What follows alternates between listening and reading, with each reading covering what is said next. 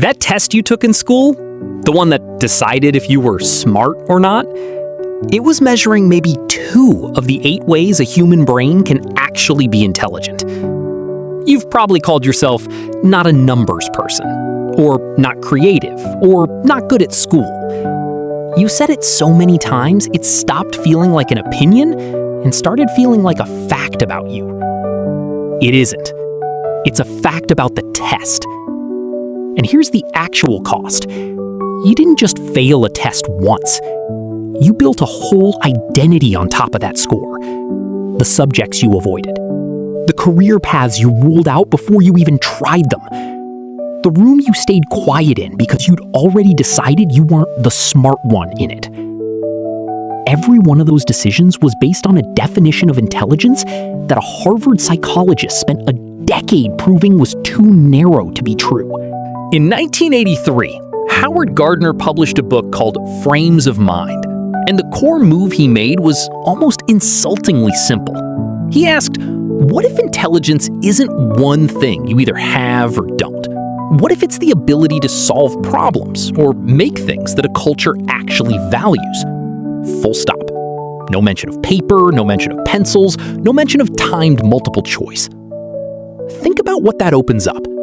A sailor who can navigate 200 miles of open ocean using nothing but stars, waves, and memory? Intelligent. A surgeon's hands? Intelligent. A kid who can read a room in 3 seconds and knows exactly what to say? Intelligent. None of that shows up on an IQ test. All of it is intelligence. Now, Gardner wasn't just throwing out feel-good categories. Before he'd name a single intelligence, he built a checklist. 8 signs a mental ability had to show before he'd call it a real standalone intelligence. Things like, can it be wiped out or spared on its own by a specific kind of brain injury? Does it show up in prodigies or savants in isolation from everything else?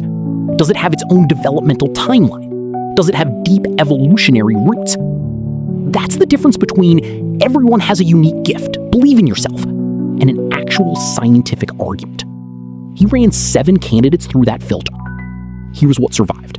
First, linguistic intelligence. Sensitivity to the sound, rhythm, and meaning of words. This is the poet, the lawyer building an argument, the person who can explain a complicated idea so cleanly you understand it on the first try. Here's the part school never told you. This is the intelligence school is built around. Essays, reading comprehension, verbal reasoning. If you're strong here, school felt easy, and you probably assumed that meant you were just smart, not more skilled in one domain. Smart, period. That assumption is exactly the trap. Second, logical mathematical intelligence. The ability to reason, recognize patterns, and handle abstract logical chains. This is the mathematician, but it's also the person debugging code at 2 a.m., the strategist 3 moves ahead in a negotiation. This one, combined with linguistic ability, is basically what IQ tests measure.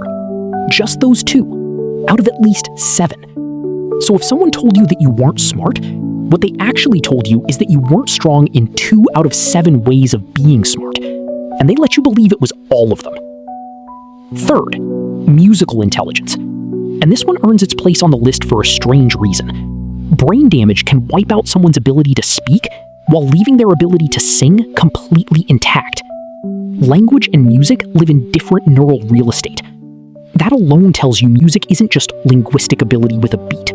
It's its own system, with its own core skill, sensitivity to pitch, rhythm, and tone. If you're the person who can pick out a wrong note in a song you've never heard before, or who thinks in rhythm without trying, that's not a hobby. That's a full intelligence, running quietly in the background of your life. Fourth, spatial intelligence.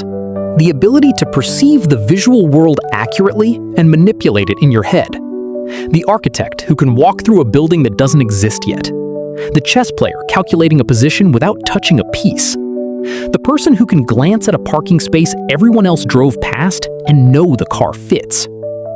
Gardner points out something sharp here. This intelligence doesn't need sight to exist. Blind individuals can develop extraordinary spatial ability through touch and movement. It's not about your eyes. It's about how your brain builds and rotates a model of space. Fifth, Bodily-Kinethetic intelligence.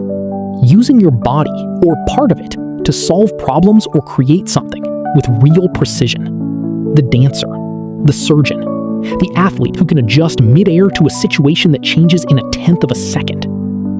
This is the one people dismiss fastest. Oh, that's just physical, not mental. But Gardner's answer is blunt. The same brain regions that plan a complex thought plan a complex movement. A surgeon's hands are not disconnected from their intelligence. They are an expression of it. Sixth, interpersonal intelligence.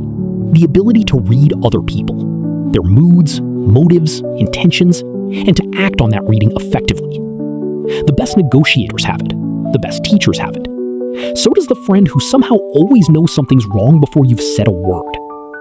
This is a real, distinct intelligence, not being nice. Some of the most interpersonally intelligent people in history were not warm at all. They were accurate. Reading people correctly and caring about people are two completely different skills, and only one of them is on this list. Seventh, intrapersonal intelligence, turned inward instead of outward. The ability to access your own feelings accurately, to know what actually drives you, what you're actually capable of, and to use that self-knowledge to guide your decisions. This is the quietest intelligence on the list, and the easiest to miss in yourself, because it doesn't produce a visible output. No painting, no equation, no melody. Just a person who consistently makes decisions that are right for who they actually are. Gardner considered this one of the most important intelligences for a functioning life, and almost nobody tests for it. Now, credit where it's due, because I'm not here to sell you a theory as gospel.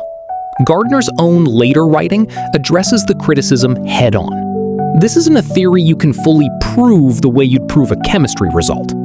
Critics have argued these intelligences might just be talents or personality traits dressed up in scientific language. There's no single experiment that settles it. But here's what even the critics don't dispute. The old model, one number, one test, one verdict on your worth, was never defensible either.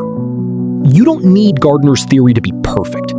You just need it to be a better map than the one you were handed at 16. It is. So, what do you actually do with this? 3 things. 1. Stop translating your struggles into a verdict on your entire mind. If you're weak in logical mathematical intelligence, that tells you almost nothing about your linguistic, spatial, or interpersonal ability. I'm bad at this subject is data. I'm not smart is a story you told yourself using bad data. 2.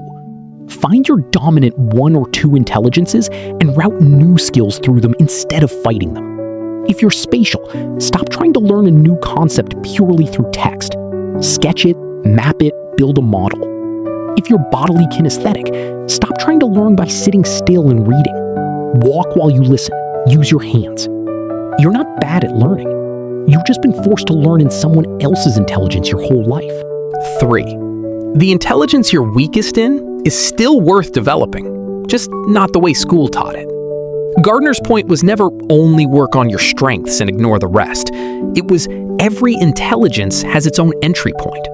If numbers never clicked through equations, they might click through pattern, through rhythm, through spatial visualization.